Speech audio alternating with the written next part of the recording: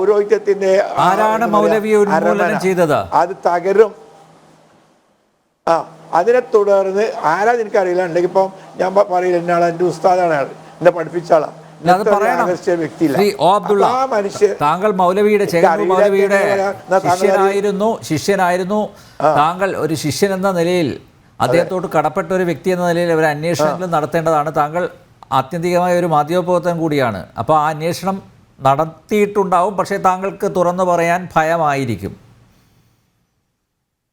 അത് താങ്കൾക്ക് ആ ഭയം എന്ന് പറഞ്ഞാൽ എനിക്കറിയില്ല. അല്ല, എന്നാ പറ, പല ചേകന്നൂർ മൗലവി ആരാ തട്ടിയത്? അല്ല, ഭയം അത് താങ്കൾ പറയുന്നുണ്ട്. ഞാനാണോ അല്ലെന്ന് ഞാൻ പറയാം, താങ്കൾ പറയും. അല്ല, എനിക്ക് കോടതിയിൽ വെച്ച് കണ്ട് താങ്കൾ അങ്ങനെ വെറുതെ ഇടപെടണ്ട.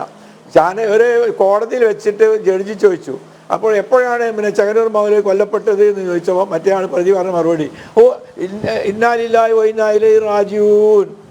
അത് മുസ്ലിങ്ങൾ ഒരാൾ മരിച്ചു കേട്ടാൽ പറയുന്ന വാചക, ഇന്നാലില്ലാഹി വ ഇന്നാ ഇലൈഹി റാജിഊൻ. ഇയാളങ്ങ് വിളിച്ചു പോയി. എന്ത്? അവൻ ചെകന്നൂർ മൗലവി കൊല്ലപ്പെട്ടോ? ഇയാൾ അങ്ങോട്ട് ചോദിക്കുക ജഡ്ജിനോട്. ചെകന്നൂർ മൗലവി കൊല്ലപ്പെട്ടു എന്നുള്ളതിനെ മുസ്ലിം വലിയ വിഭാഗം അംഗീകരിക്കുന്നില്ല, എനിക്കും അറിഞ്ഞുകൂടാ. താങ്കൾ അങ്ങോട്ട് വിഷയം തിരിച്ചു വിടണ്ട. താങ്കളെ ഇത് വേണ്ടി പറഞ്ഞ കൊടുക്കുക. അതുകൊണ്ട് താങ്കൾ എനിക്കറിയില്ല, ഇഷ്ടമാണ്. എന്നോട് ചോദിച്ചിരുഎന്താ ഞാൻ ശ്രീ ഒ അബ്ദുള്ള ഇങ്ങനെ കള്ളം പറയാതെ, ഈ വിഷയം പറഞ്ഞത് ഇങ്ങനെ കള്ളം പറയാതെ, ഇങ്ങനെ കള്ളം പറയാതെ, അറിയില്ല എന്ന് പറയരുത്. എനിക്കറിയുന്ന താങ്കൾ പറയുന്നത് താങ്കൾക്കറിയാം. ശരി, എന്നാ എനിക്ക് വേറെയും പലതും അറിയാം. എനിക്ക് വേറെയും പലതും അറിയാം. അല്ല, തൽക്കാലം ഈ ചോദ്യത്തിന് മറുപടി പറഞ്ഞാൽ മതി. എന്തൊക്കെ ആരാണ് ഉന്മൂലനം ചെയ്തത്?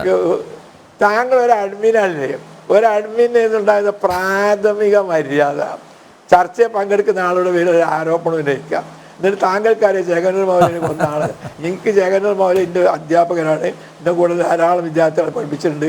ഇത്രയും കഴിവും യോഗ്യതയുള്ള അറബിക്ക് അറിയുന്ന ഖുർആൻ എന്താ പറയുക, ഫിഖ് കർമ്മശാസ്ത്രം അറിയുന്ന അപൂർവ പണ്ഡിതന്മാരെ ഞാൻ ലോകത്ത് കണ്ടിട്ടുള്ളൂ.